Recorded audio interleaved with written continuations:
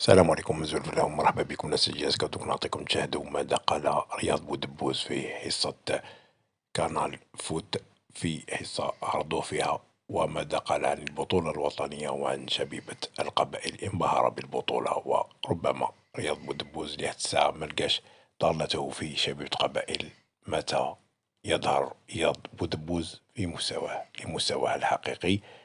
اسمعوا واش قال ماذا قال عن الجهاز. لايك الفيديو ابوني في القناة واتركونا تعليق. اسمعوا واش قال. C'est l'apanage des gauchers, ça on le sait. Mais vous particulièrement une patte gauche quand même très précise. Oui, franchement, je l'ai pas travaillé, voilà, sur les corners ou quoi que ce soit.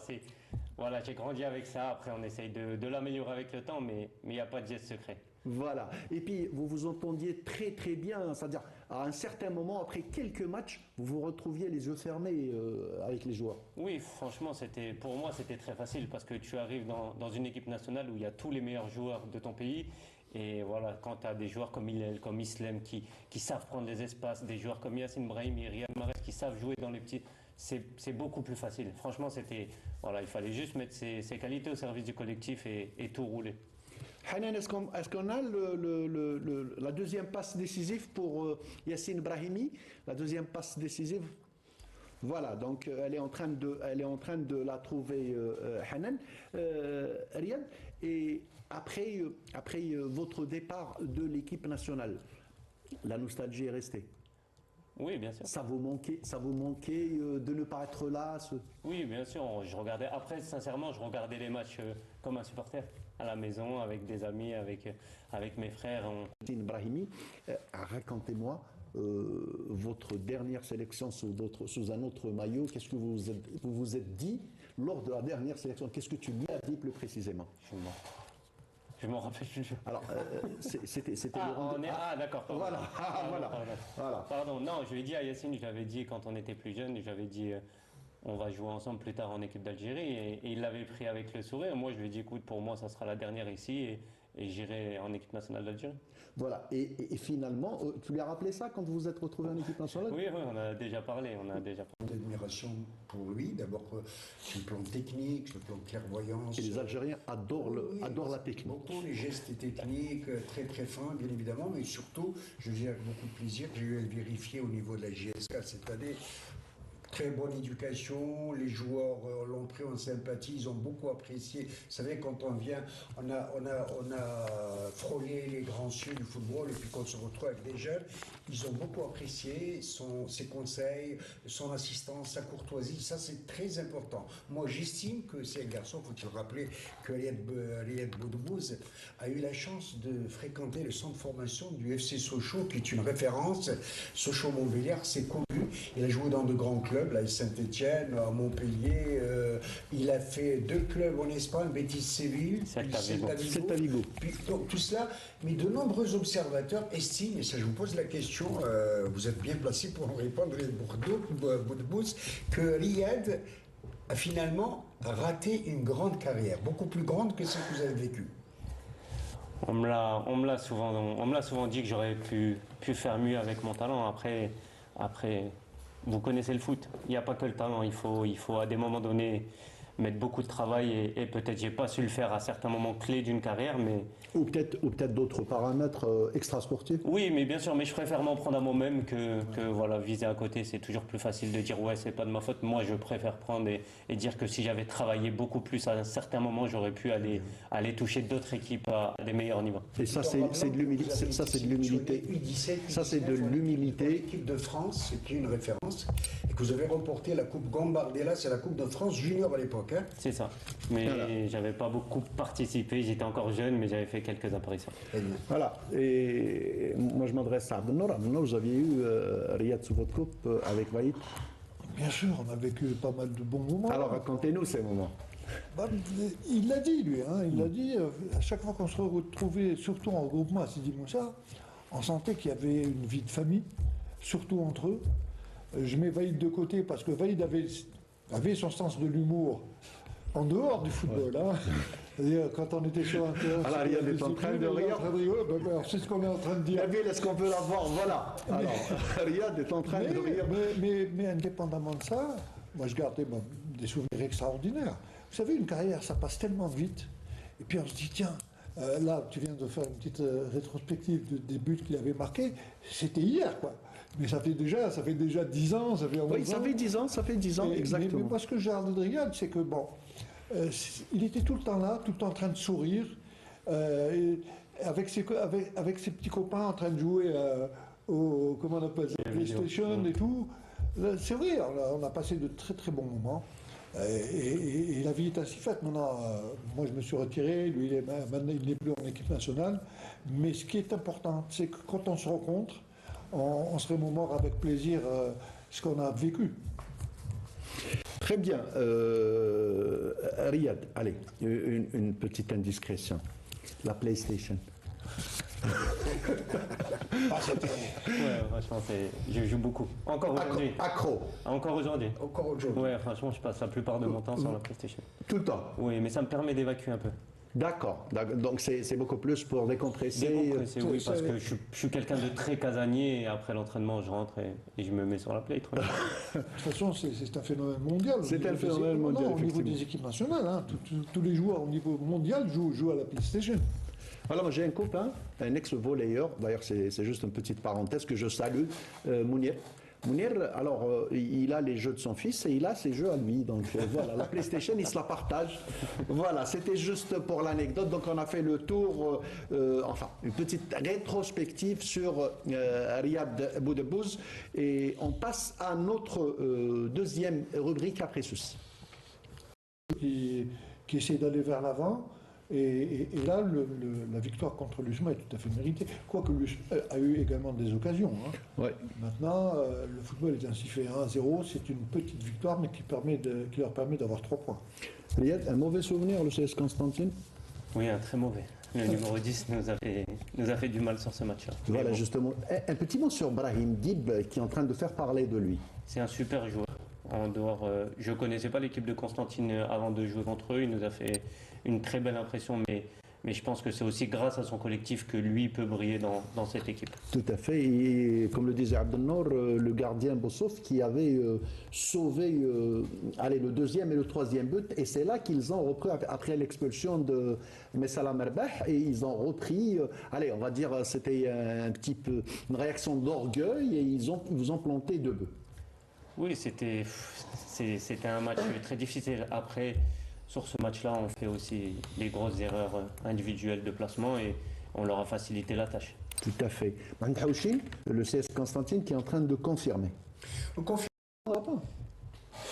Aujourd'hui, dans le foot, que ce soit en Algérie ou partout, on va dire, entre parenthèses, les petites équipes, c'est les matchs les plus durs à jouer. Car c'est des joueurs qui travaillent beaucoup ensemble, qui essayent de prendre le maximum de points à domicile ou que ce soit même à l'extérieur. Et franchement, on peut le voir sur le championnat algérien. Il n'y a pas beaucoup, depuis que je suis arrivé, je n'ai pas vu des gros résultats. Tout le monde défend bien, tout le monde essaye de se battre avec les qualités que chaque équipe a. Et c'est de plus en plus difficile à aller chercher des points à l'extérieur contre les soi-disant petites équipes. Et qu'est-ce que vous pensez du niveau? Allez, on y arrive. Qu'est-ce que vous pensez du niveau? Avant de venir à Riyad, vous avez eu une petite idée, mais là, vous y êtes en plein. Qu'est-ce que vous pensez quand même du niveau? Franchement, je suis agréablement surpris. Après, en équipe nationale, je voyais les joueurs du championnat algérien qui étaient avec moi dans l'équipe, que c'était des joueurs assez techniques. Et nous, les Algériens, on aime la technique. Donc c'est sûr que dans toutes les équipes, on est plutôt à l'aise. Et là où je suis surpris, c'est sur le terme d'agressivité. Je ne pensais pas que c'était autant. Et c'est bien pour le football algérien. Pour se développer, il faut des joueurs techniques et beaucoup d'agressivité pour franchir des paliers. On m'a fait une petite confidence, là, je vais tuer avec les confidences. On m'a fait une petite confidence, on m'a dit que Riyad Boudebouz, sur l'équipe actuelle, sur la sélection nationale actuelle, d'avant et actuelle, il apprécie particulièrement un joueur, je parle sur le plan footballistique, c'est Rami Ben Sebaini. Oui, bien évidemment. Alors, c'est vrai, Riyad? Oui, bien sûr. Après, comme j'ai pu le dire, j'aime bien, je m'entends bien avec tout le monde, mais Rami est un Non, je parlais du foot. Hein, oui, bien sûr. Rami, après, il y a beaucoup de super joueurs. J'aime bien que ce soit Oussama ou Rami Ngouiri, c'est des joueurs qui sont fins techniquement. Je parle de ceux qui étaient là. C'est-à-dire, vous aviez parlé de son évolution, vous l'aviez vu à Montpellier. Oui.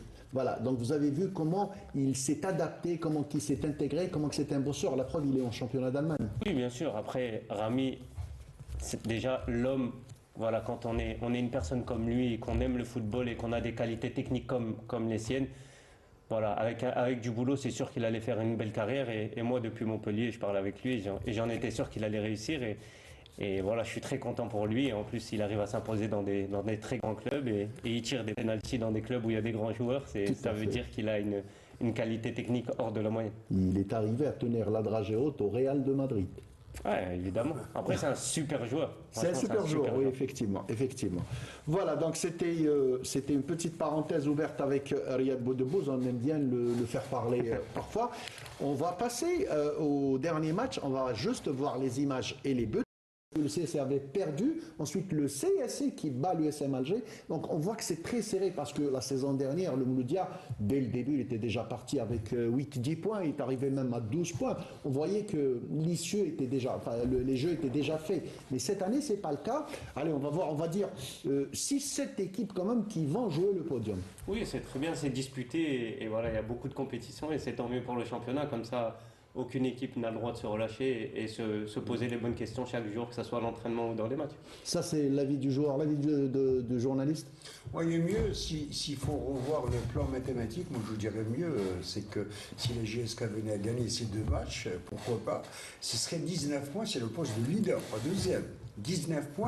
Ah pardon, mais mea culpa, oui. Alors, j'ai fait comme le joueur de la JS Saoura. J'ai pensé 19, j'ai dit 16. Ismaël Mouloudia également un match retard. Hein. Oui, non mais je veux dire, avant ça, non mais le Mouloudia combien il a? Oui, 9 points. Donc non mais sur ce classement-là, si la JSK avait joué, la JSK serait leader avec 19 points. Moi je reviens juste à ce qu'avait dit Riyad sur le fameux match Mouloudia-JSK. Tu avais dit que on sentait non, que c'était un match XXL du Mouloudia, oui. Il avait dit que le Mouloudia, on sentait que c'était une équipe qui avait déjà des automatismes et tout. C'est vrai, mais la JSK, c'est une nouvelle équipe avec un nouveau staff. Il fallait un peu de temps pour que la sauce prenne. Et là, ce qu'on est en train de voir maintenant, c'est que la JSK est en train de progresser de match en match. À l'époque du Mouloudia, si tu devais refaire le match du Mouloudia dans un mois, ça n'aurait pas été le même match. Oui, c'est sûr. Après, c'est le football. Et on est 12 ou 13 nouveaux joueurs dans une équipe. Tout à fait. Avec un coach qui arrive aussi, qui arrive en début de saison. Et le football, tout le monde sait dans ce milieu-là que pour que la mayonnaise prenne, il faut un peu de temps. Et je pense qu'aujourd'hui encore, on se connaît pas encore assez parfaitement pour pouvoir jouer. Il va falloir encore du temps, mais plus tu gagnes le match, plus ça sera facile. Mais on sent que ça progresse. Oui, ça progresse, voilà. Je crois que la perche est tendue à notre ami Riyad Boudebouz. Je suis impatient de savoir, alors pour votre nouvelle expérience, première expérience en Algérie, comment ça se passe à Tizi Ouzou pour Riyad Boudebouz? Est-ce que vous êtes conscient que vous évoluez dans un club prestigieux qui s'appelle la JS Kabylie? Je l'ai compris, oui. Je l'ai compris quand je suis arrivé. Voilà. Déjà, la JSK a une histoire, une belle histoire dans le championnat d'Algérie. Et oui, plus j'y suis chaque jour et que ce soit les matchs à domicile ou à l'extérieur, je vois le nombre de personnes qui viennent nous voir et qui nous encouragent, que ce soit au quotidien. C'est extraordinaire et j'ai pris conscience que ce club avait une histoire très particulière et une très belle histoire. On vous a parlé de Jumbo Jet? Non. Alors, la JSK, c'était le Jumbo Jet de l'Afrique. On l'appelle en Algérie, on l'appelle le Jumbo Jet, la grande équipe des Fergani, des Bouiche, des Abdeslam. Parce qu'à l'époque de la réforme des clubs, à l'époque où ils étaient parrainés par des sociétés nationales, on avait appelé Jet la jeunesse électronique de Tizi Ouzou. Et puis comme ça produisait un excellent football, on a fini par l'appeler, les fans l'appelaient le Jumbo Jet. D'accord. Tu sais qu'actuellement et jusqu'à présent, le record de buteurs est détenu par Nasser Bouiche de la JSK, qui n'a jamais été battu. C'est 36 buts. Qui a été honoré la semaine dernière. Voilà. Nasser Bouiche, par la JSK. Voilà, donc on vous a... n'est-ce pas, mais là on est en train de lui raconter un petit peu l'histoire, il faut le signaler. Voilà. Et on passe au stade Geoffroy Guichard. C'est une idole. Là-bas, on est en train de voir le Tifo, un stade que vous connaissez parfaitement bien, Riyad. Oui, je connais parfaitement ce stade, cette ville, et j'ai regardé le match, j'ai vu l'hommage, et je ne doutais pas que ce club allait faire quelque chose de grand pour ce monsieur. Et voilà, c'est très bien qu'ils ne l'ont pas oublié, que ça soit passé comme ça, et je suis fier d'avoir pu jouer dans ce club, et de voir ces images, ça me fait chaud au cœur. Abdelnour, pendant votre voyage, d'abord